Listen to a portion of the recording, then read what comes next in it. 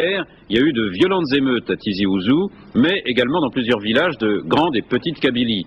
La presse officielle algérienne dénonce les provocations des exaltés qui ont voulu brûler le commissariat national du parti unique et plusieurs bâtiments publics.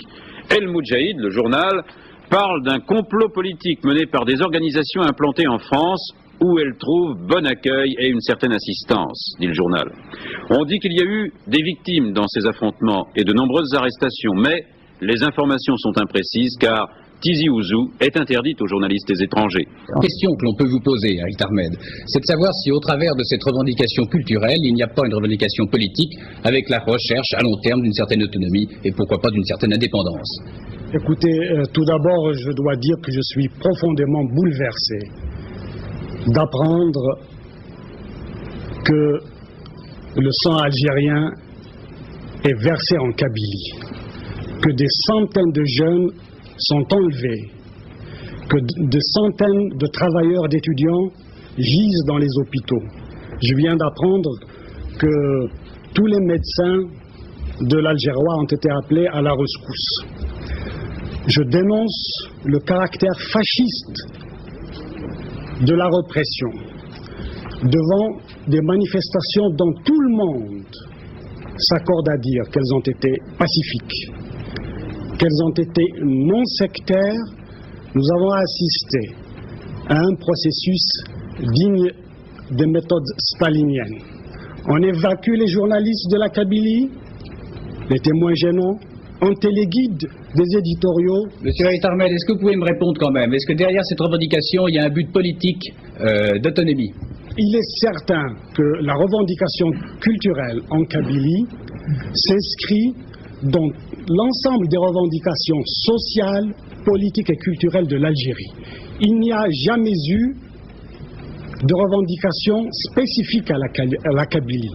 Si nous avons dénoncé le jacobinisme, la surbureaucratisation, c'est parce que nous considérions que le droit à l'autodétermination ne peut se réaliser sans une décentralisation, sans la possibilité pour les populations concernées d'édifier elles-mêmes les institutions culturelles, politiques et économiques de leur pays. Donc des revendications sociales uniquement, sociales et politiques, mais vous ne souhaitez pas un jour avoir plus d'autonomie, avoir, disons, un parlement kabyle? Vous savez, cela fait plus de 2 ans que nous faisons un travail de conscientisation en Algérie, où précisément, face à un univers de mythes, de slogans, je dirais, de tartufferie, qui a récupéré tous nos mots d'ordre et tous les mots d'ordre socialistes et révolutionnaires, nous avons opposé les mots d'ordre d'autonomie personnelle, c'est-à-dire autonomie individuelle,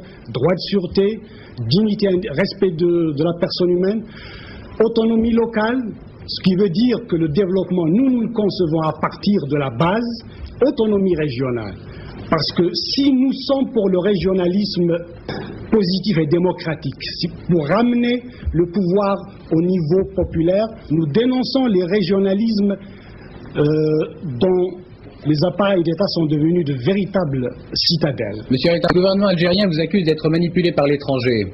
Écoutez, ces sortes d'accusations, n'est-ce pas, elles sont banalisées par Pol Pot, par Amin Dada, par Pinochet, et je dirais par Babrak, et qu'elles font partie de la pathologie du sous-développement politique. Comment le voyez-vous? problème est là, comment nier l'existence d'une population berbère? On l'a évacuée de la charte de droit divin, la charte dite nationale, n'est-ce pas?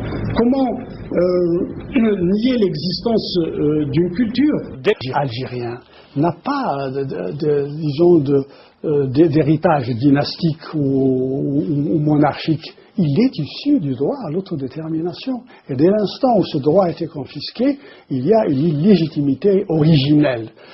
Et les conséquences de cela a été la confiscation de toutes les libertés d'expression, d'organisation, de participation aux Algériens et aux Algériennes. Le rêve des Algériens, c'était à la fois la liberté et l'égalité.